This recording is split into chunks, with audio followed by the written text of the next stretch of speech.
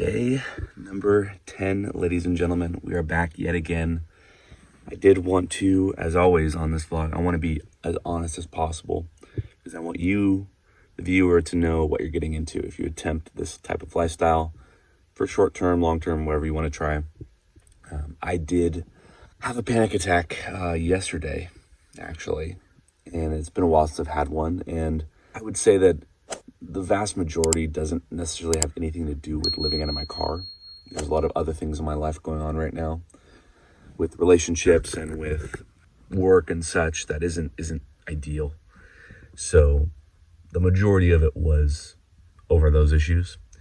However, I did think, obviously me doing this making this move, right, to live out of my car, I have removed a lot of comforts that I used to have and for many years, right?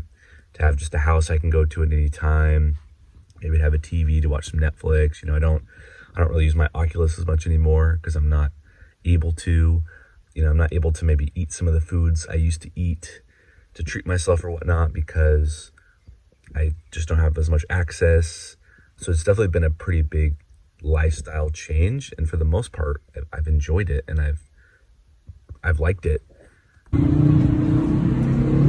Hey y'all, a little sneak peek from day 29. I just wanted to throw this in here to this video because I thought it was relevant. So one of the things I think led to the panic attack was actually, so I started coming to Panera a lot, right, to get their sip cup, and I started having a lot of caffeine. I would have their charged sips, I would have coffee, and I was having a lot because it was like, oh, it's free and it's right there, and obviously caffeine, gives you a little energy boost and, you're maybe a little more productive. And so I noticed that I was having way too much caffeine. Excuse me.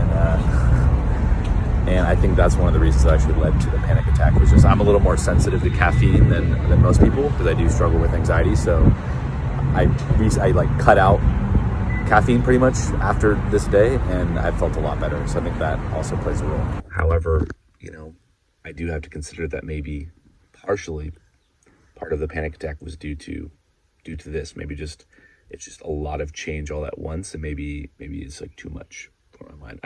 I'm still pretty convinced that it's other things, except there's some other things in my life, especially when it comes to like relationships that I struggled with. Even when I lived in the house, I still had the same problem basically with these relationship dynamics. So basically your problems are gonna follow you wherever you go. I think that's kind of the moral of the story here, right? Like I went to Florida, I moved to Florida. Right? If you watch my channel, I moved to Florida, right? Because I was trying to get away from all the stuff in California that was going crazy. And my problems followed me there. I moved back. My problems followed me back. I moved into my car. My problems followed me into my car. So, however, I do admit it would be nice to have some of those comforts back again. Just to have a house to go to. And I think there's definitely an element where, for example, your social life, if you choose to do this, might take a small hit, because if you have a place, then you can invite your friends over, or you can potentially live with your friends, or there's maybe more opportunity. You have a house to go to and invite others to, and that's more ideal. That's the ideal, right? I would love to have my own house to where I could throw parties and have people over and have roommates and such. Have a girl, have a home for her. That'd be awesome. And also, you might take a hit socially, depending on your friend group. They might hear that you're living out of your car and they might be like, oh gosh, like, sucks for that guy, he must be down on his luck. You might take a social hit living out of your car in the first place. People might judge you for that. So this is what it takes. This is what you're going to go through. And all right, guys. Yeah. So plan for the day. We're going to get my food. We're going to go relax in the sun, try to probably do some meditation, kind of relax, try to get my mind away from what happened yesterday.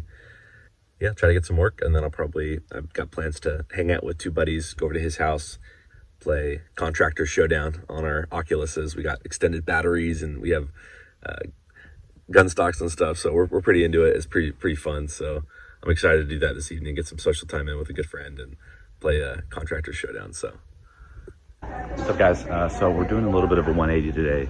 Due to the sort of demand changes on Instacart, I'm actually going to now be just waking up and immediately going to do Instacart to try to pick up an early morning order. People are doing them a little more in the mornings because it just gets too hotter later in the day. So I stopped by Walmart. I grabbed a couple more things of butane for my grill. and I was able to pick up an order that I'm gonna go do right now. So I'll probably do that one order, likely, you know, after noon. There's really not gonna be much demand until maybe later in the evening. So at that point, I'll probably kind of do my other routine where I go to the park, relax for an hour, read, then go to the library, get some work done, eat, etc. because I'm pretty hungry right now, and then hang out with my buddies in the evening time. So this will be probably, going forward, the new schedule change.